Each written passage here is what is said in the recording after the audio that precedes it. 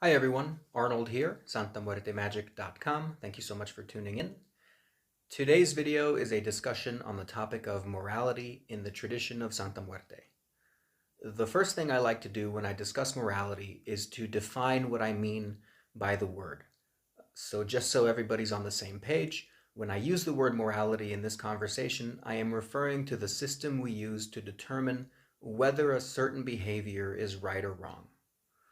Major religions, at least those of the Abrahamic variety, will often argue that morality, good behavior versus bad behavior, is pronounced through scripture or through divine revelation. We know what is right or wrong because God has told us what is right or wrong. Many who adhere to this kind of thinking will argue that this makes their morality superior because it provides an objective moral standard, and those who do not depend on objective standards for morality are relegated to reliance on subjective opinions.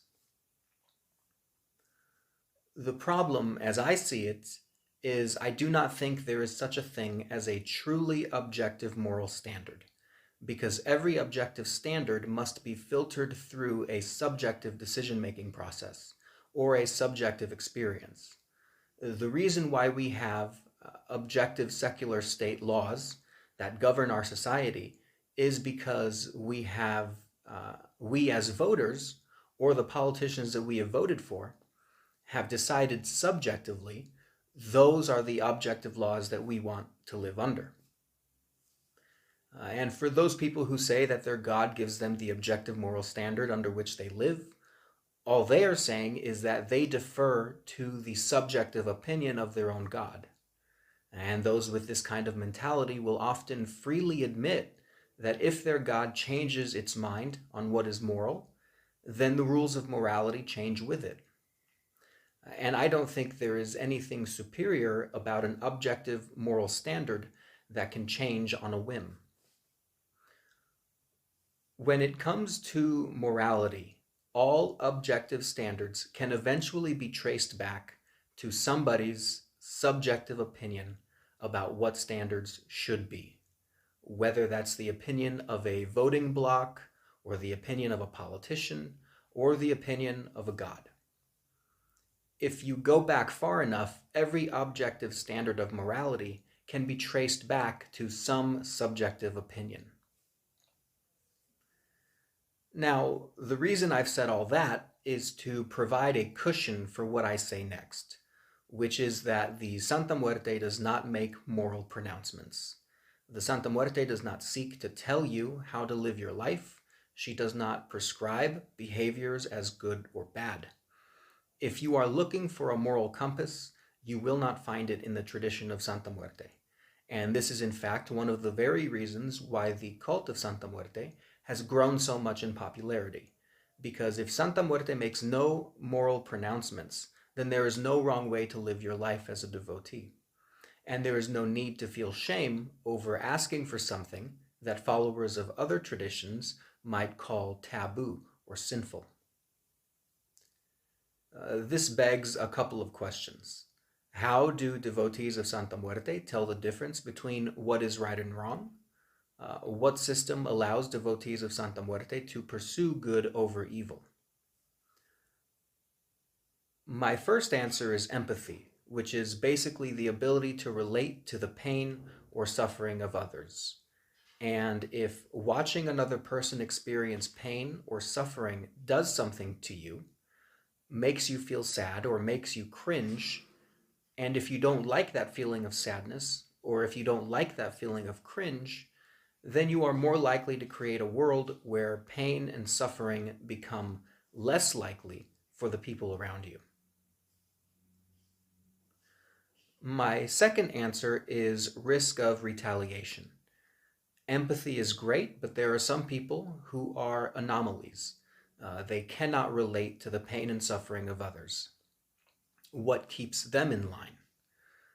I would suggest, in the absence of empathy, the threat of retaliation will keep you from treating other people poorly. If I did not have empathy, I still would not go around punching people in the face because I would not want them to retaliate by punching me in the face.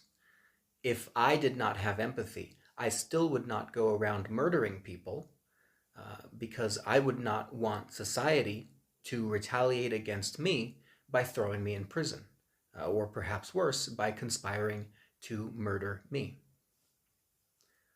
Notice that these two principles depend nothing on whether or not one is a devotee of Santa Muerte. They depend nothing on whether or not there is an objective list of rules or commandments that people ought to follow. I argue if you are a devotee of the Santa Muerte, you should be as motivated as possible to do as little harm as possible and pursue as good a world as possible, because you should recognize that your time on this earth is finite. You are not guaranteed a specific amount of time on this earth. The Santa Muerte can swing her scythe in your direction at any minute. And knowing this, you should be able to ask yourself, what would you rather do? Spend your days smiling with loved ones or looking over your shoulder for people who you've mistreated? Would you rather spend your nights getting into bar fights or making love to people who like you? Personally, I much prefer the idea of spending days with my loved ones and spending nights indulging in consensual lovemaking. And the way for me to get as much of that as possible is to do as little harm as possible to others.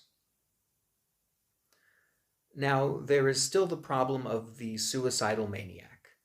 A suicide bomber or a suicidal mass shooter ostensibly has no empathy because they want to bring destruction to other people.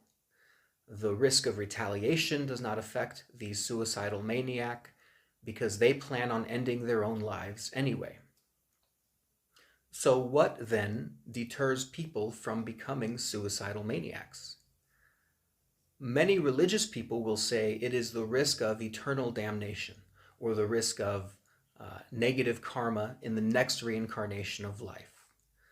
The problem with the idea of justice after life is that it is a terrible deterrent. Because if you look at highly religious societies, the problem of the suicide bomber still exists. The problem of the suicidal mass shooter still exists.